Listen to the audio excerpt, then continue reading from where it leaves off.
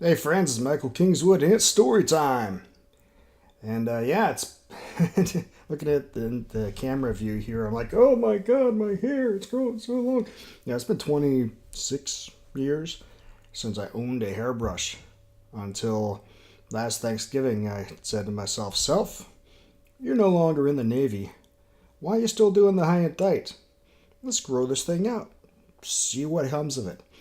And now you can see why I could relate to the greatest American hero so much back when I was a wee little kid. You guys remember that? Cheesy but awesome little superhero show back in the 80s.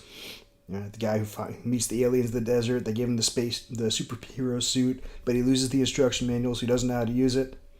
Big blonde afro. Yeah, I always could relate to that guy. Anyway, yeah, how's everything going? Things have been doing pretty well here on the Kingswood abode. I am in week 4 now of the Great Challenge.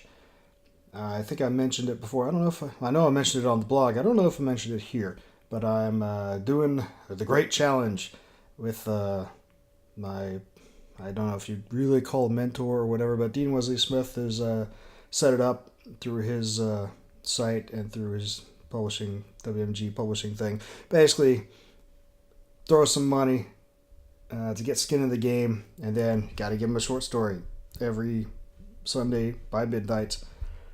And if you, until you don't. And it's set to go 52 weeks. But, if the money we gave was pretty much just as an incentive to, hey, I've got skin in the game, something to lose. But in reality, the money we gave him is just going to go towards paying for a workshop, which I was going to go to anyway. So there's really nothing at stake there. But got 26 weeks done. I get a 50% bonus on the workshop money that I've already contributed, which is nice. And get all 52 done, and it's lifetime free workshops from Dean. I was like, oh, okay, let's do this. I know I can do a short story a week for 6 weeks because I've done it for the anthology workshops 3 years in a row. So let's just continue it out for the rest of the year. How hard could that be? Yeah, right. I guess we'll see, right? But this is week 4. I've done 3 short stories so far. First one was 3,800 words, and actually it was a romance. Never written a romance before, so it was kind of little meet cute. So that was kind of fun. The next one was 14,000 words, which is one of my bigger weeks of production ever, I think. Around the top of it, and it was a fantasy swords sorcery kind of thing. And this last week was just kind of a weird, silly, I don't even know what you'd call it, kind of mystery, kind of fantasy, because it's got Christmas elves in it. And anyway, that came to 4,800 words. So decent amount of word count and for these things, and feeling good. Got a good streak going. Going to continue. So that's what's been going on there in the writing front, and of course slowly blinking away at Warfare Qualified, the Icaran Confederation Navy book that I've been taking so long to finish. I'm gonna get it done. It'll be done this summer.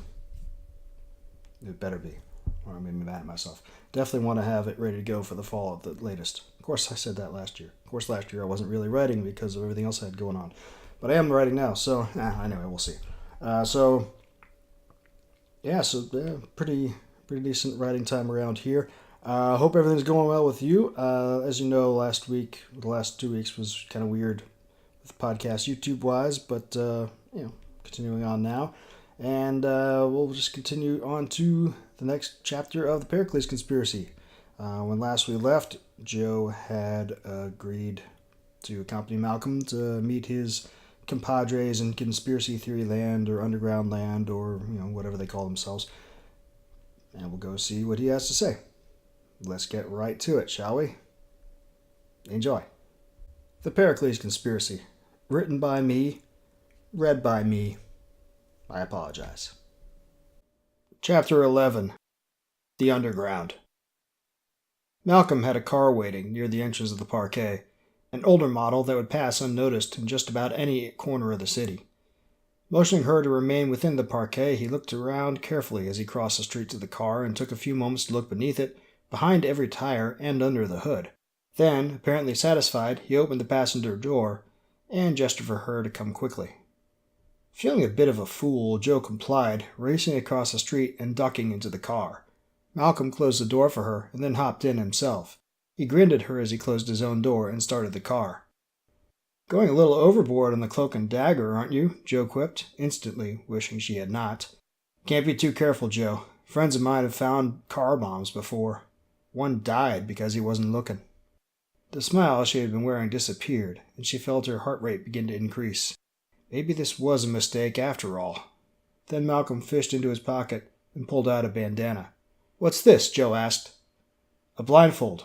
For my protection, and for yours. You can't be made to tell something you don't know." "You know what? Never mind." Joe opened the car door, and Malcolm grasped her arm. "Please, Joe, trust me. I'm not going to hurt you, nor will any of the people you meet tonight." She knew she should get out of the car and walk away, but Malcolm's expression was so earnest, so full of need, that she couldn't bring herself to walk away. With a disgusted sigh, she pulled the door shut and took the bandana. "Thank you," Malcolm said, and put the car into gear. Joe tied the bandana over her eyes and slid down in the seat to wait out the ride. The ride was long and bumpy, with many turns. In reality, it probably did not last as long as Joe thought, sitting there in her blindfold, but it felt like an eternity. Of course, seeing how careful Malcolm was, how willing to believe he might be followed or car-bombed, she figured he probably turned many more times than necessary to throw off a tail. And, she was forced to admit, probably did it to confuse her sense of direction as well, so she could not retrace the drive even if she wanted to. Finally, the car came to a stop, and Malcolm said, "You can take off the blindfold." She eagerly complied and sat up straight to take a look around. The car was parked in a small two-car garage. The parking area next to them was dusty and filled with clutter. Boxes, a workbench, tools, the usual sort of things that people put in garages instead of cars. Looking behind them, she could see that the garage door was closed. The only other way out was through a small door to their left. "Here we are," Malcolm said as he turned off the car's motor. "Are you ready?" Joe nodded, and they got out. At the door, Malcolm knocked thrice, then once, then 4 times.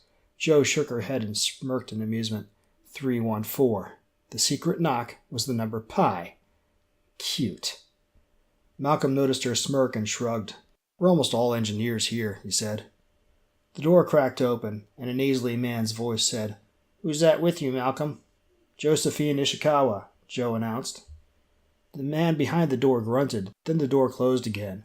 Joe heard a muffled electronic beep, followed by a series of rattles and thumps. Slowly, the door opened wide and she was able to make out the man who had greeted them. He was short, wiry, in his early middle years, maybe 60 at the most.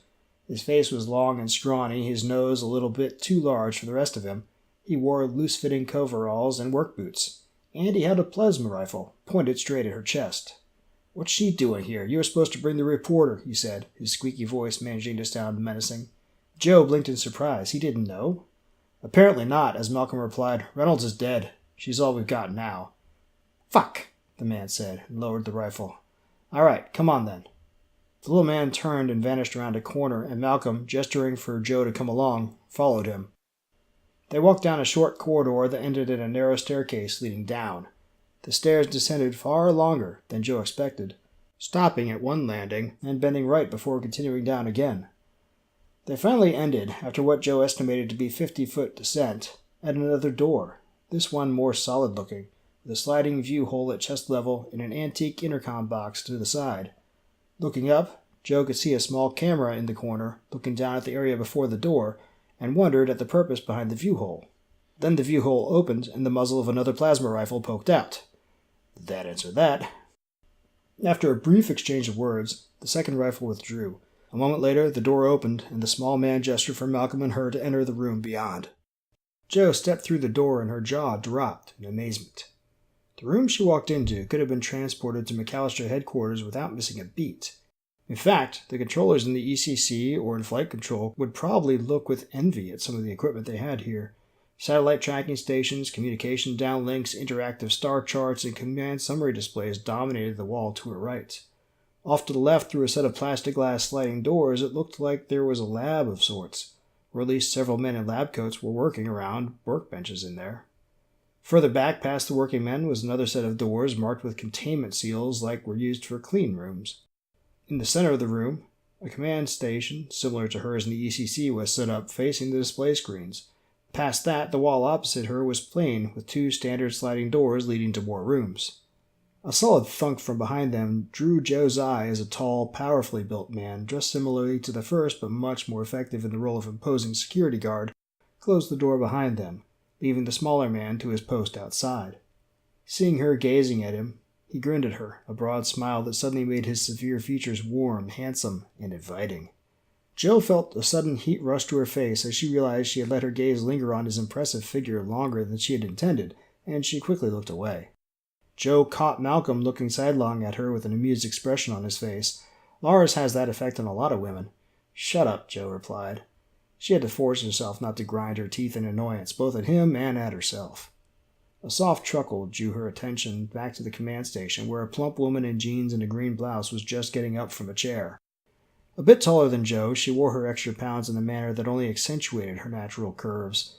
Add to that a pleasant face with an inviting smile, and Joe supposed she probably did not have much difficulty attracting men, if she wanted to.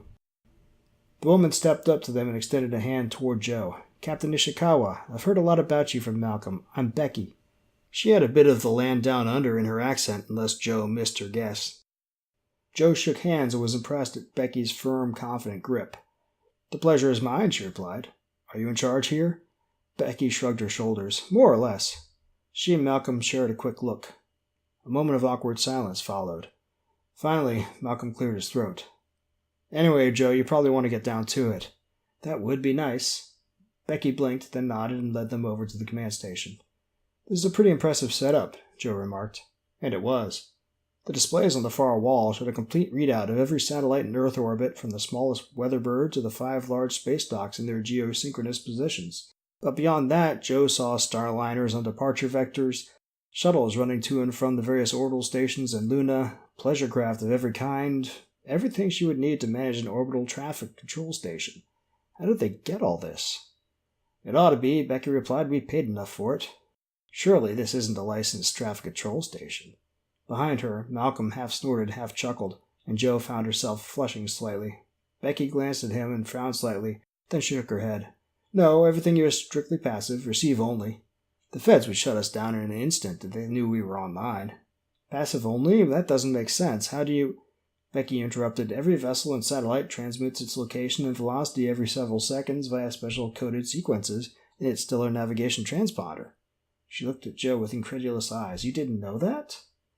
Joe blinked, embarrassment flooding through her like a tsunami. She felt her cheeks flushing, and she nodded quickly.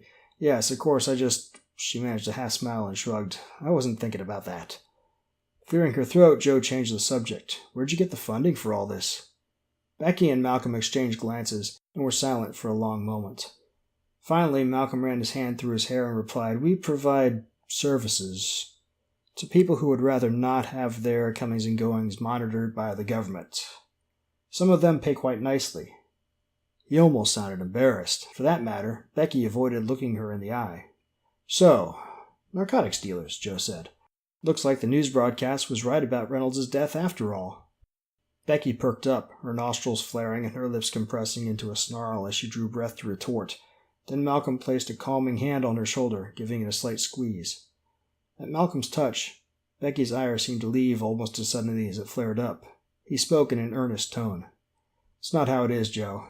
Yes, we sometimes assist gangsters, but we mostly help honest people who have fallen afoul of the law through no fault of their own, or legitimate businesses who find themselves unable to do business effectively with all the regulatory and bureaucratic hoops they're forced to jump through." As he finished, Becky reached up, taking Malcolm's hand into her own as it lay on her shoulder, and exhaled slowly, her shoulders losing their tension. Joe found her curiosity piqued, seeing the strangely intimate physical exchange. Were they evolved as more than just compatriots? "So, what does this have to do with me?" she asked. Okay, just to hold off on possibilities of any other weird things that cause me delays like happened last week or 2 weeks ago, I'm just going to keep this one to one chapter, and I'll continue on in a few days with the next chapter. until I feel like I'm back in the saddle enough to do two at a time. It's not like anything weird's happened with the schedule, but just seems the last few weeks like seems discombobulated, even though it's really not been. A little hard to explain. Anyway, hope you enjoyed this chapter. Tune back in next week. We'll do another one or maybe two, and if I don't get to it before then. Part of me is thinking I should do 2 chapters this week, so maybe I'll do a second episode this week. But really, next week is the next scheduled one, and we'll go from there. Also on the plate for next week is the next round of the Infinite Bard. If you guys saw the video or podcast or my blog post about it, a few more awesome writers are going to be putting up their stories for free for you guys to read, and I'll point you to them when those are up. Hopefully you looked at the stories that were up last week and enjoyed them. And hopefully you'll enjoy the ones next week as well. Okay, I'll talk to you then. Until I'm back, don't do anything I wouldn't do.